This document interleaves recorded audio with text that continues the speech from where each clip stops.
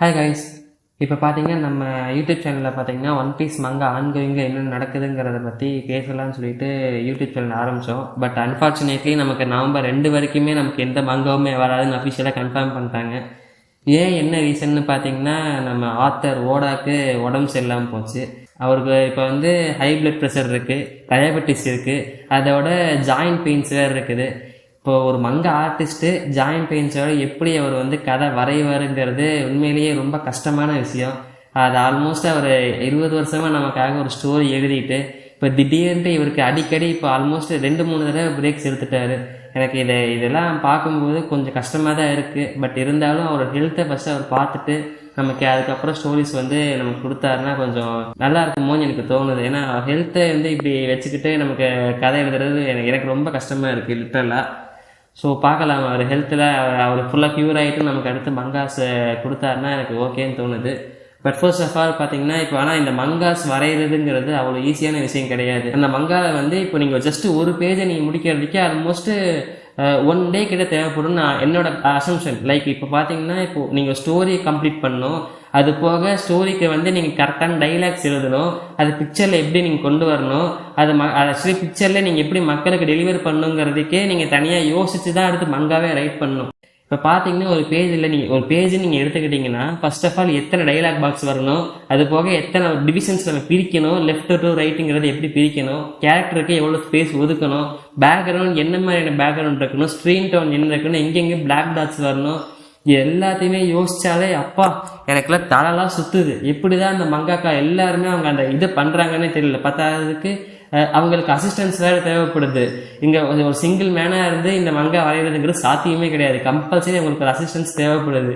இப்போ பார்த்தீங்கன்னா இப்போ ஒருவேளை இப்போ மங்கா அவங்க வரைஞ்சிட்டு இப்போ கொண்டு போயிட்டு ஒரு பப்ளிஷிங் ஏஜென்சிட்ட கொண்டு போய் கொடுத்தாங்கன்னா கூட அங்கே ஒருத்தர் உட்காந்துருப்பாரு, லைக் எடிட்டர்னு சொல்லிட்டு.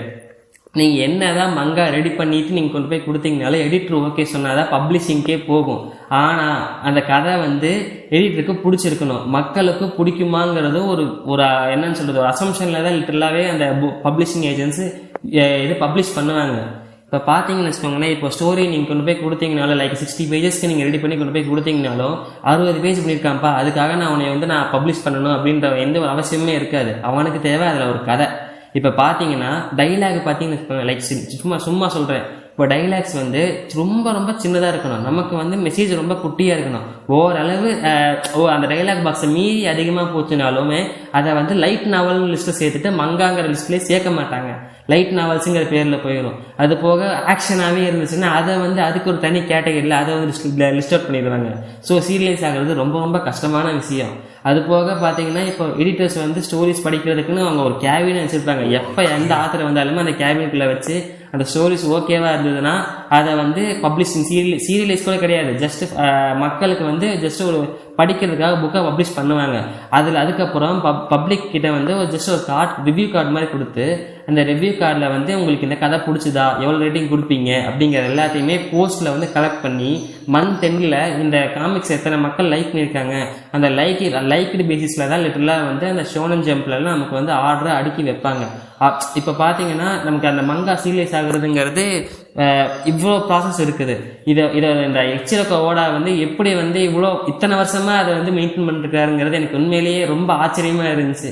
இப்போ பார்த்தீங்கன்னா ஒரு மங்காஸுமே அந்த மங்காக்கா எல்லாருமே வந்து ஒரு கிரியேட்டிவாக யோசிச்சு எப்படி வந்து சாட்டிஸ்ஃபை பண்ணுறதுன்னு தெரியாமல் பல மங்காஸ் ஊற்றிட்டு போயிருந்துருக்கு.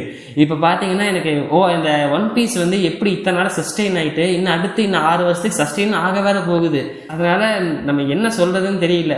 முடிஞ்ச அளவு இந்த மங்காக்கு சப்போர்ட் பண்ணுவோம். ஒன் பீஸுக்குன்னு சொல்ல எந்த மங்காவாக இருந்தாலும் பரவாயில்ல, ஜஸ்ட்டு ஒரு ட்ரை பண்ணுவோம், அவ்வளோதான். அந்த மங்கா நல்லாவே இல்லைன்னா ஜஸ்ட்டு ட்ரை பண்ணி அந்த ஒரு நம்மளோட சப்போர்ட் ஒன்று கொடுப்போம். இதையே லிட்டரலாக நான் ஒரு அனிமி பார்த்தா தெரிஞ்சுக்கிட்டேன். அந்த அனிமி பேர் பக்குமன். அந்த பக்குமனில் பார்த்தீங்கன்ற ஒரு சின்ன ஸ்டோரி உங்கள்கிட்ட சொல்கிறேன். அதில் 2 ஹை ஸ்கூல் பசங்க இருப்பாங்க.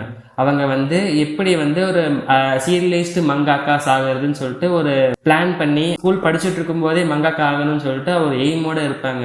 அப்போ வந்து ஏதோ விளையாட்டுத்தனமாக உள்ளே குதிச்சிட்டாங்க போல. பார்த்தீங்கன்னா அந்த மங்கா சீரியஸ் பண்ணுறதுக்கு நிறைய ப்ரொசீஜர் இருக்கும் போல். அதெல்லாம் பார்த்துட்டு எனக்கு தலை வெடிச்சிருச்சு. அடுத்துன்னு சொல்லிட்டு எப்படா மங்காக்கா அந்த சீரிஸ் எனக்கு கம்ப்ளீட்டாக சீரிஸ் பண்ணுவீங்கன்னு சொல்லிட்டு எனக்கே ஒரு வெறி வந்துருச்சுன்னு பார்த்துக்கோங்களேன். ஆல்மோஸ்ட் இப்போ தான் நான் பார்த்துட்டு இருக்கேன், பசி சேர்ந்தா இப்போ பார்த்துட்டு இருக்கேன். இன்னும் கம்ப்ளீட் பண்ணல நான். பட் கம்ப்ளீட் பண்ணனா எனக்கு தெரிஞ்சு வேற மாதிரி இருக்கும்னு தோணுது.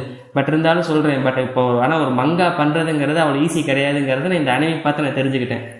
அவ்வளோதான் கைஸ், இதுதான் என்னோட வீடியோ. நான் பிடிச்சதா லைக் பண்ணுங்கள், சப்ஸ்கிரைப் பண்ணிடுங்க. தேங்க்யூ.